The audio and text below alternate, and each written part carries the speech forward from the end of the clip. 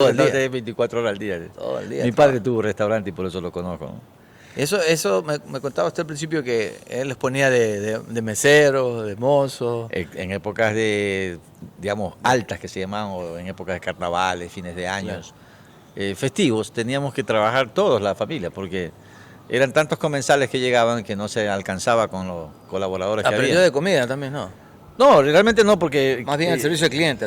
Exactamente, sí, porque también me ganaba mis propinitas también, cuando atendía bien me dejaban por ahí una propina, y esa sí era para mí, entonces ya Claro, la manejaba yo. Porque el resto era para la comida de la casa. Eso cobraba en la caja mi papá.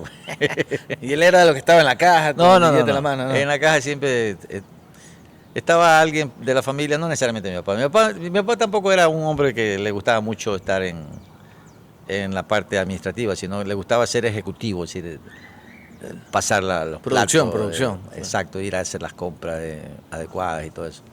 Pero no era el que le gustaba estar en la caja, por ejemplo. Nunca, yo no creo, no lo recuerdo nunca que haya estado en caja de los negocios, ¿no?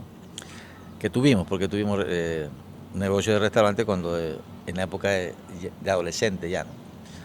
Y cuando regresé, porque yo me fui a estudiar al extranjero. A México, ¿no? A México, Sí. Una vez que me gradué del colegio. Y en el lapso de esa época de la universidad, mi padre cambia su negocio a la venta de materiales de la construcción.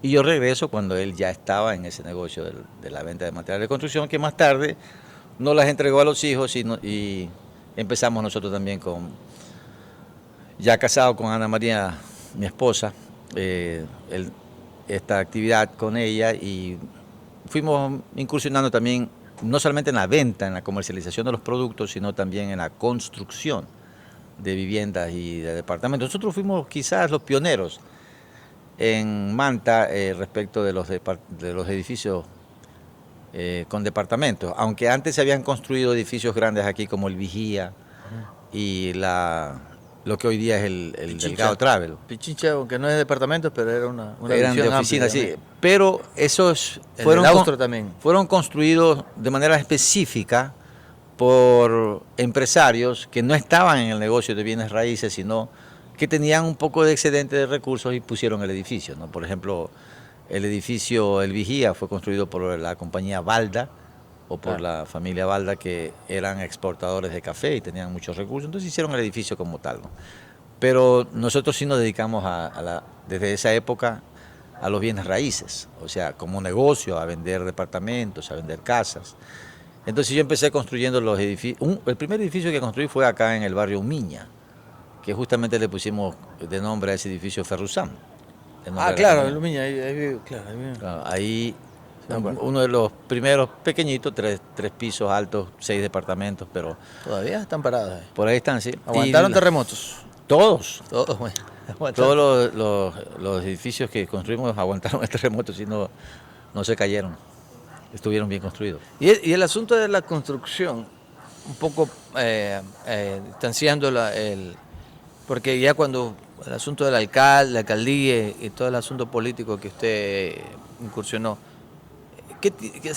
¿cómo se mide? ¿Cómo nace el asunto de la construcción? Obviamente para hacer dinero, ¿no? Uh-huh. Pero hay un deseo personal, de embellecimiento, de mejora, de progreso, algo que lo motivaría a usted para entrar en este ambiente, aparte de que hacer dinero, porque yo pienso que sigue siendo un arte la ingeniería, la arquitectura.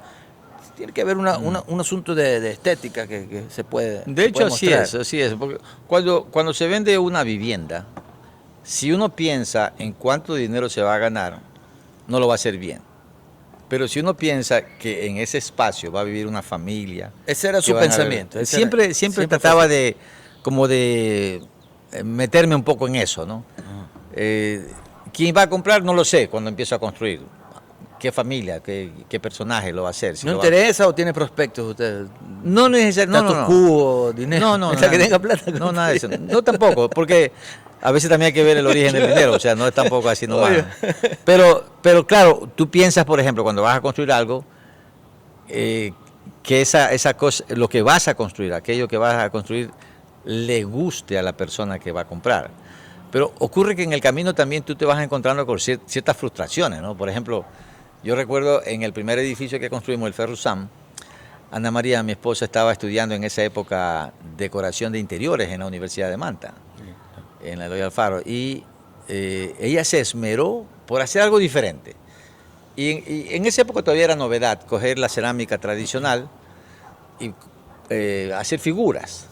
Entonces, por ejemplo, en un baño que lo hizo blanco y negro, dibujó con cerámica 2 cisnes grandes, hermosos quedaron, ¿no?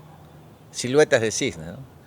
Y hizo algunos detalles así, pero no cogiendo la cerámica y pegándola nada más, sino haciendo la figura como tal, ¿no? Ella dirigía a los trabajadores y todo. Pero vino el dueño, el que me compró, y tumbó todo eso. Entonces cuando tumbó, me dolió más que cualquier otra cosa, ¿no? Porque era para un mí trabajo artesanal, era claro. una obra de arte de mi esposa, Claro. y la tumbó, no le gustó al otro, ¿no? Es decir, hay también un poco de psicología diferente, ¿no? Claro. De hecho, la psicología de colores hay que conocerla cuando tú construyes, ¿no? ¿Cuál es el común que le gusta a la gente? ¿Qué es lo que le atrae? ¿Qué Los le colores, habla? los colores te inducen a ciertas conductas. Por ejemplo, si tú vas a un restaurante de comida rápida, nunca vas a encontrar colores pálidos, sino colores vivos, Amarillos, altos, rojos. los principales, exactamente. Tú, por ejemplo, esas cadenas internacionales como Burger King, Amarillo, rojo. McDonald's y todo es azul intenso, rojo, anaranjado. ¿Pero por qué? Porque el color te induce a actuar rápido, ¿no? A moverte, ¿no? En cambio, si tú vas a un restaurante de otra naturaleza a cenar, a tomarte una botella de vino con la pareja o con los amigos, los colores son más tenues, la luz es más tenue, ¿no? Entonces es más suave para que puedas relajarte Va moviendo el y ambiente. puedas comer y todo. En un restaurante no de comida rápida, tú tienes que esperar que te sirvan. Y si tú estás acelerado y quieres ir rápido, entonces andate al Kentucky Fried Chicken, para que te la ponen enseguida. No, no, hombre, es que no nos pagó la pauta de este mes. Bueno, una cadena internacional. Pues. Ponle pip ahí. En el toque, ¡pip! Chique. Bueno, para ser justo, vamos a decir en el Alex, ¿cómo es? Esquina de Alex. Esquina de Alex, tampoco, ¿no? Es más fácil sacar los pisos y no nos paga. No, que sea de Manta, no importa. Ah. No, le entiendo, realmente le entiendo, y la frustración es que a veces uno piensa que lo que hace es lo más bacán, es lo mejor Claro. por todo lo que uno viene aprendiendo. Y el esfuerzo que le pone. El esfuerzo que le pone, Claro. y te lo tiran por las patas. O sea, es frustrante, pero ahí uno tiene que tener un baño de, yo qué sé, de humildad, de sentido común, que no a todo el mundo le va a gustar lo que hace, ¿no? Es. Yo sé que a todo el mundo le va a gustar el podcast, y poco achacados también van a estar preguntando. Pero es la esencia de ser como somos, o sea, Claro, y claro. mostrarse como es, No, sin necesidad de aparentar. Cuando uno aprende a respetar al de al frente, hasta vive mejor. Si no le gusta, no le gusta, no pasa nada, Claro. no tiene por qué amargarse uno, ¿no? Sí frustra que uno se esmera en poner algún color, alguna cosa en algo y de repente alguien dice, no, cámbiame eso y póngalo de otra manera, ¿no?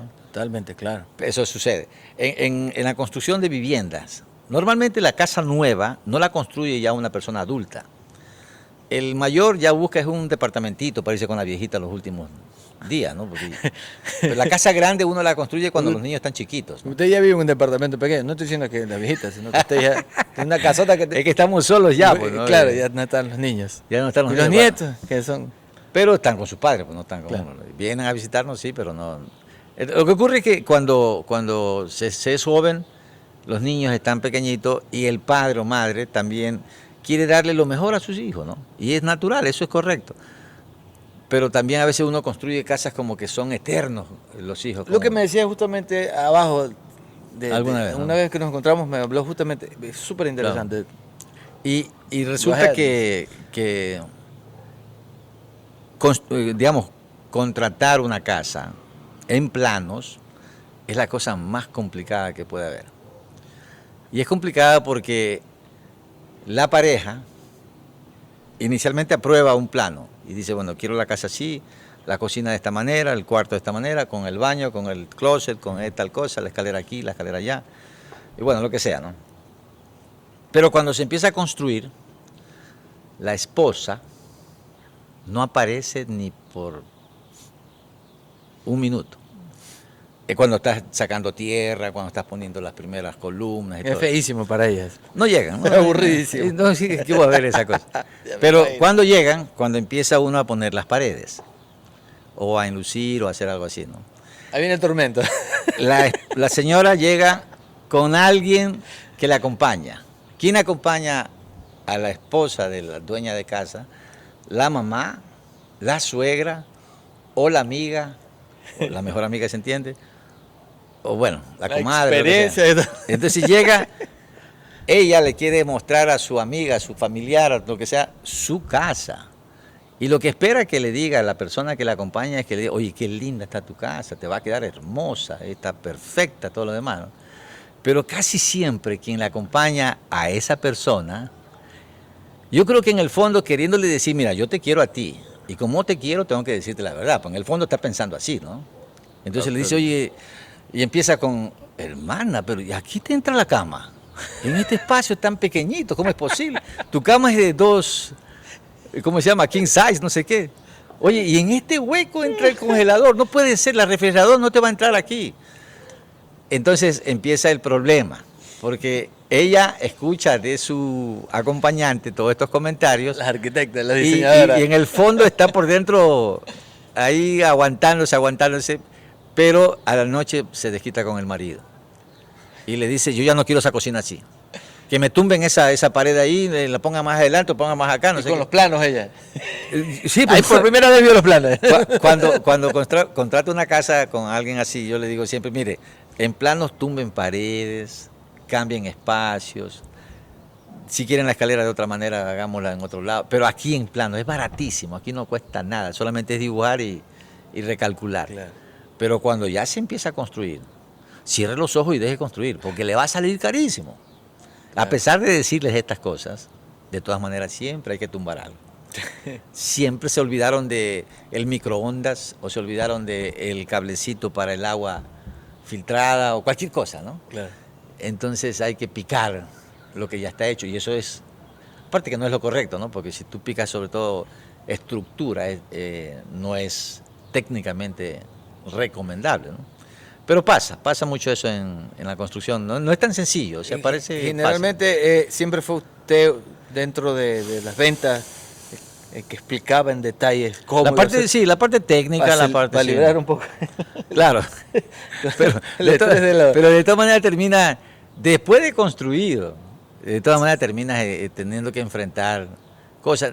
No existe en nuestra comunidad, no creo que en el mundo entero, no existe la casa perfecta, ¿no? O sea, no hay nada que se construya y que esté perfecta eternamente. Siempre va a haber algún grado de asentamiento, una fisura, puede presentarse también, por ejemplo, tú no lo haces todo, ¿no? Tú contratas a un gasfitero.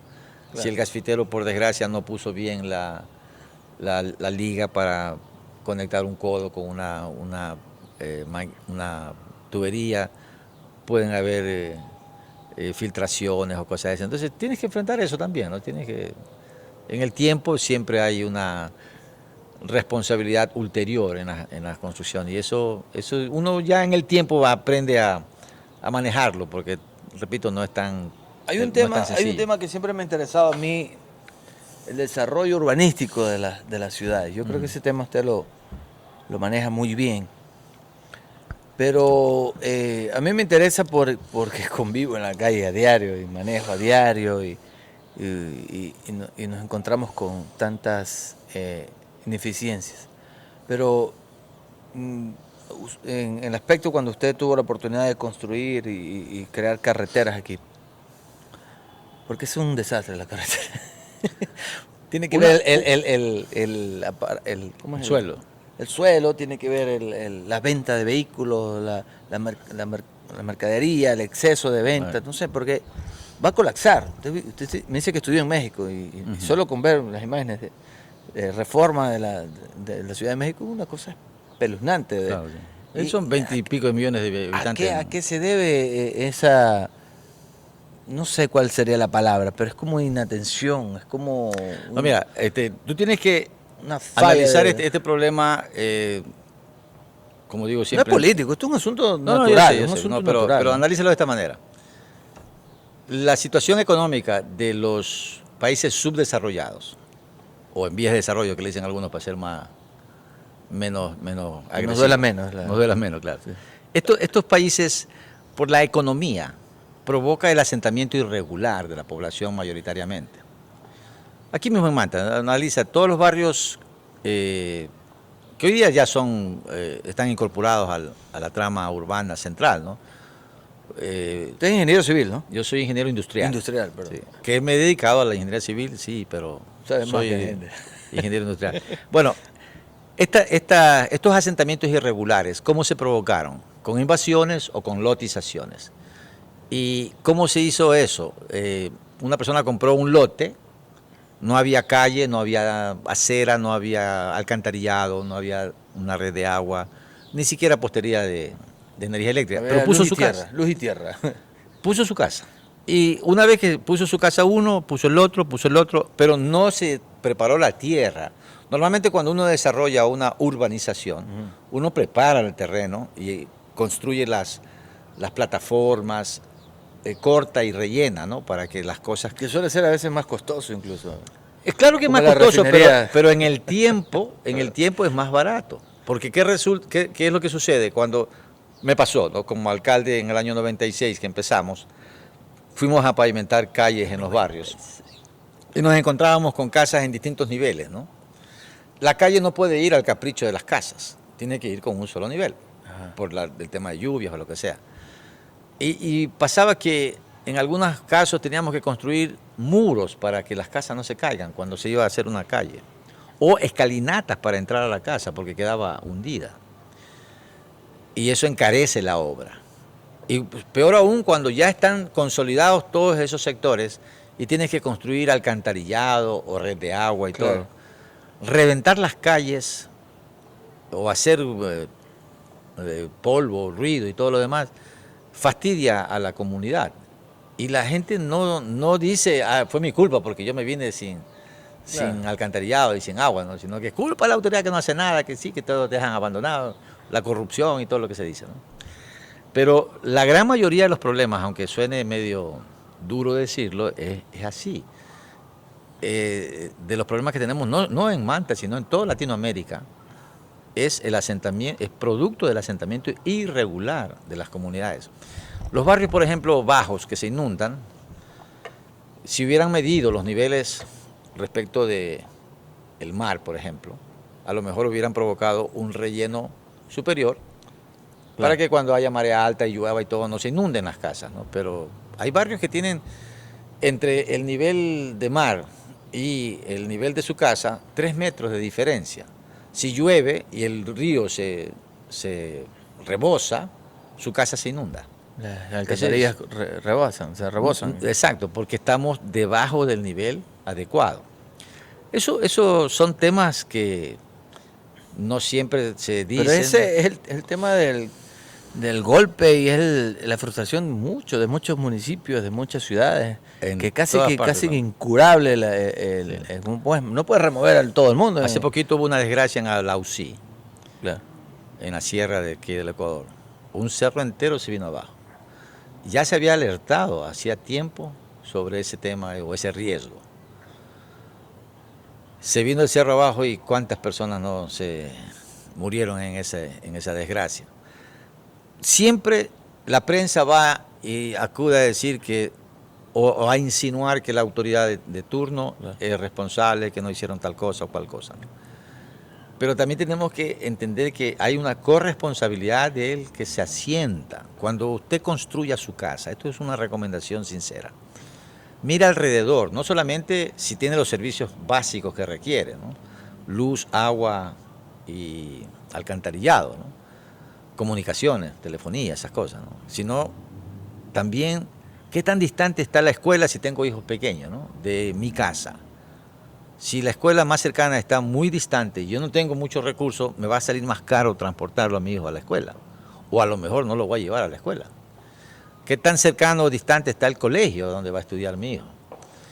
¿Existe un centro médico cercano o qué tan distante está? ¿Existe una unidad de seguridad o de policía cercana? Eso hay que mirarlo.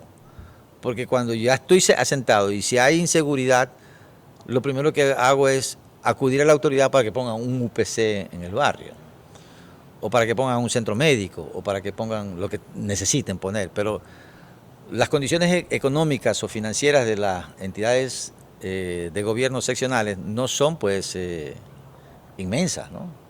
Alguna vez decía un fulano de aquí, enemigo político, se fue a una ciudad desarrollada y estaban pavimentando una vía, ¿no? Y esa vía dice que la pavimentaban de la noche a la mañana. Ah, Entonces él toma un selfie y dice, aprende alcalde, mira cómo se hacen las cosas, cómo se deben hacer. Entonces yo le dije nada más que, bueno, yo voy a aprender, pero pregunta el presupuesto de esa ciudad y compara con la tuya. Dime si sabes cuál es el presupuesto de la ciudad de Manta y no lo sabes, ¿no?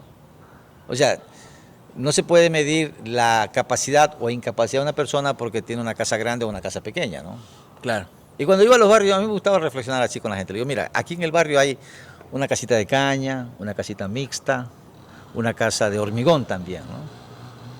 Si nosotros queremos ver las cosas por lo material, yo voy a decir que el padre de familia que tiene a su familia en la casa de hormigón es mejor que el padre que está en la casa de caña. Y no es así. No necesariamente, claro. No, a lo mejor el padre de familia que está en la casa de caña es un mejor padre que el que tiene la casa de hormigón.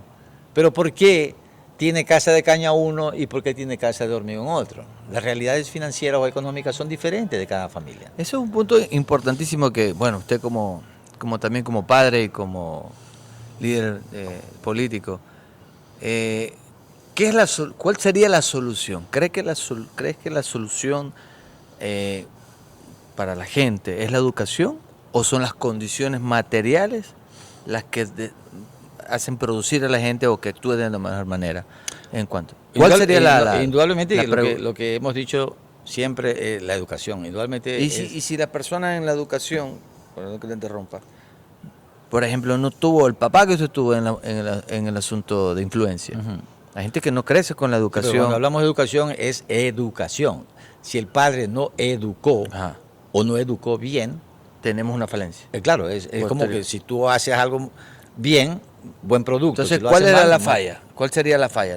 Las condiciones materiales del papá o anteriores para que el papá no tuviera los recursos para aprender y enseñar bien a su generación, a sus hijos.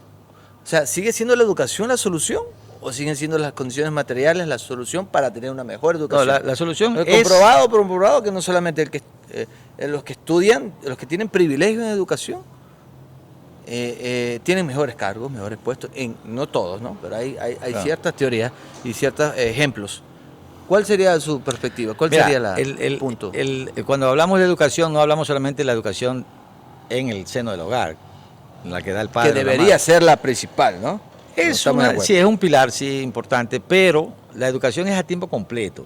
Porque usted en el colegio no le dijeron filosofía o leer, ¿no? O sea, no, sí, tenía que cumplir, tenía que cumplir los requisitos. Pero igual te educan. En la educación, en la bien casa o mal te educan, pero la educación debe ser integral a tiempo completo. La educación se da en el seno del trabajo o entre amigos. Tú te educas porque tú vas aprendiendo día a día. La educación no es solamente ir a abrir un libro y aprenderse algo del libro, sino es observar, ¿no? la vida, las cosas, aprender a tiempo completo. Pero, ¿qué es lo que sucede en nuestras sociedades latinoamericanas principalmente? Que estructuralmente estamos mal organizados. El problema del país, esto yo siempre lo he dicho y la gente a veces no lo entiende bien, por eso les pido que me escuchen bien. El problema principal del país no es la corrupción como muchos suelen decir. La corrupción es consecuencia del problema principal. ¿Y cuál es el problema principal? Es la estructura de estado en la que vivimos. Porque nosotros, por ejemplo, con el consumo de las cosas, con los negocios, con todo, aportamos a cajas comunes. Yo pago impuestos, como lo hacen todos los ciudadanos que tienen actividades económicas. Esos impuestos se van a cajas comunes. Si esos recursos que van a cajas comunes para brindarnos servicios de salud, de seguridad, de educación, de infraestructura, de obra pública o lo que sea, se lo administrara de manera adecuada, sería diferente. Pero ¿qué es lo que pasa? Que el administrador de la cosa pública no puede ser eficiente, ni tampoco puede ser honesto, porque la estructura está hecha para la corrupción y está estructurada para la ineficiencia. El sistema, como que... Yo doy siempre este ejemplo. Yo tengo mi negocio de construcción y tengo maquinaria. Se daña una máquina en un trabajo. El operador de la máquina me llama. Él tiene mi número telefónico y me dice, se paró la máquina en tal parte. Tengo una fuga de aceite, por ejemplo. Yo llamo a mi mecánico de confianza por teléfono inmediatamente y le digo, mira, acude a tal parte que la máquina se paró y ve qué es lo que sucede y qué hacemos. Él va, hace la observación, el análisis y me llama, por teléfono todo. Y me dice, mira, falta una manguera de hidráulica de tal dimensión, falta un neplo, falta esto y falta un galón de aceite. Y yo llamo al proveedor y le digo, mira, por ahí va a ir fulano de tal, entrégamele tal y tal y tal cosa y mándame la factura a la oficina. En 2 horas la máquina está operativa. ¿Qué sucede en la cosa pública? Te informan que un carro recolector está dañado, amaneció sin arrancar. No puedes levantar el teléfono y decir, oye, ándate allá al patio de No hay un higiene. proceso. Tienes que esperar informes que te digan qué es lo que sucede, qué sé yo, para después tener todos los informes financieros, jurídicos y demás, tú ordenar el proceso de contratación para reparar ese problema. Y resulta que te tardas varios días para hacerlo. Cuando ya se toma la decisión de hacerlo, lo que estaba planteado hacer, se lo hace y van a arrancar la máquina y no arranca. Porque mientras estuvo parada, se bajó la batería, se robaron un cable, algo pasó. Y a veces sucede que cosas nuevecitas en el sector público quedan ahí Arrumadas. para toda la vida. Pero eso es producto del marco jurídico con que se administra la cosa pública, que no es lo más adecuado. Y claro, eso termina en observación de la comunidad como actos de corrupción, porque en realidad es una cosa corrupta el no resolverlo. Ineficiencia. Todo eso, entonces, pero para tú poderlo hacer, tienes que tener también un marco jurídico que te permita ¿Y cuántos? ser ágiles en la toma de decisiones, porque el administrador, al fin de cuentas, es un tomador de decisiones. Pero si tú no tienes la capacidad de tomar decisiones para resolver el problema, porque tienes que esperar un informe de Contraloría o de Procuraduría o que el Consejo te apruebe o lo que sea, entonces termina siendo ineficiente. Y la corrupción está inmersa en la sociedad y nadie puede negarlo, porque todo acto, no solamente público, sino privado, que tenga que ver con una autoridad de control, está ligado al tema de la coima. Si tú tienes un juicio, alguien te enjuicia por un problema de cualquier naturaleza, ¿no? Difamación, de tierra, divorcio, lo que sea, y tú quieres ganar, ¿qué tienes que hacer? Coemar, según el sistema. Por lo menos al secretario para que haga el escrito correcto. Pero entonces, volviendo al tema de la estructura económica,